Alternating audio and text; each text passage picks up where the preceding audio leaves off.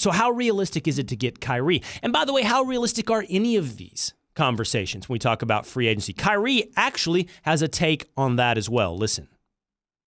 You know, when it starts getting out of hand and, you know, people start getting attacked personally and, you know, he said, she said, like, that's so fifth grade and elementary. Like, this industry is just so effed up. Like, just, it's my decision at the end of the day. Who cares what says, what's best for him? Like, it doesn't matter. It's unwarranted commentary. And, you know, of course, it's still going to continue throughout the season. I'm aware of that. I'm a professional at the end of the day. I'm not going to disrespect anybody.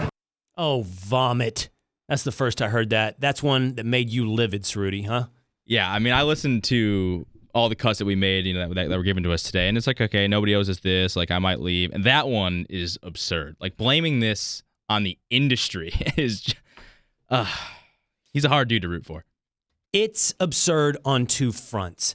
Number one, this industry, this conversation, this attention is what feeds your business. It's what sells tickets. It's what draws eyeballs to the television screen. If you think your crossover is the reason for all that attention and that alone, you don't know how you make your money.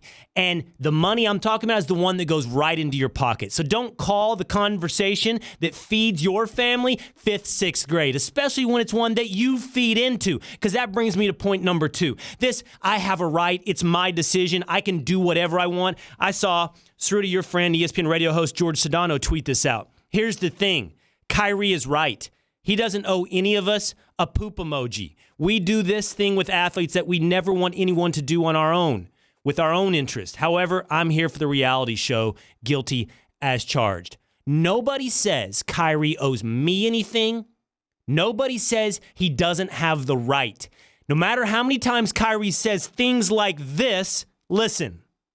But at the end of the day, like I said, I spent the last 8 years trying to do what everybody else wanted me to do in terms of making my decisions and trying to validate through the media, through other personnel, managers, anybody in this business, and I don't owe anybody.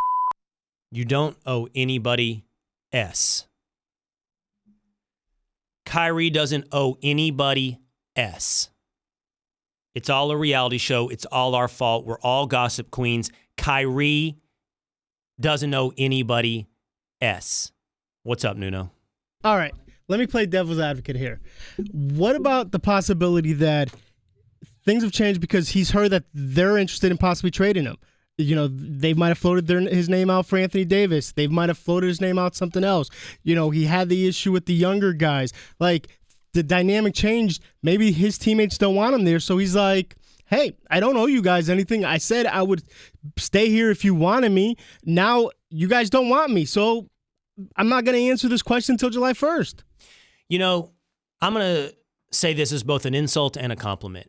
You go through great lengths, great stretches to find the empathy that is required to give people the excuses for bad behavior. You will look for reasons to give people leeway to make selfish decisions. I'm not telling you you're wrong, Nuno. I just know you are willing, by good graces or whatever, to give somebody who is inherently making selfish decisions, telling you he doesn't owe us S, and criticizing people for talking about his flakiness, a lot of goodwill. So bravo to you, Nuno. So here's what I have to say, okay? You're right.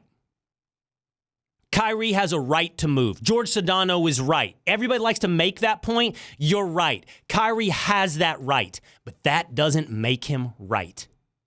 Here's what Kyrie did wrong. Here's what, I'll just answer you from my personal behalf, I wouldn't do, and I would assume a lot of people listening to the show wouldn't do. I wouldn't, just because of, you know, my own personal moral compass and all, I wouldn't give somebody my word and then back out on it. I wouldn't say I'm definitely re-upping here and then say I don't know anybody else.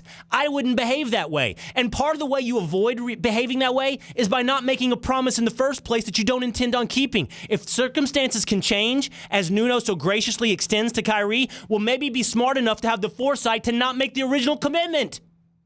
But you said something. You gave your word. Do you owe anybody S? Only if you want your word to mean anything. And at this point, I think the evidence is in. Should we think Kyrie's word means anything? You're a sap if you do.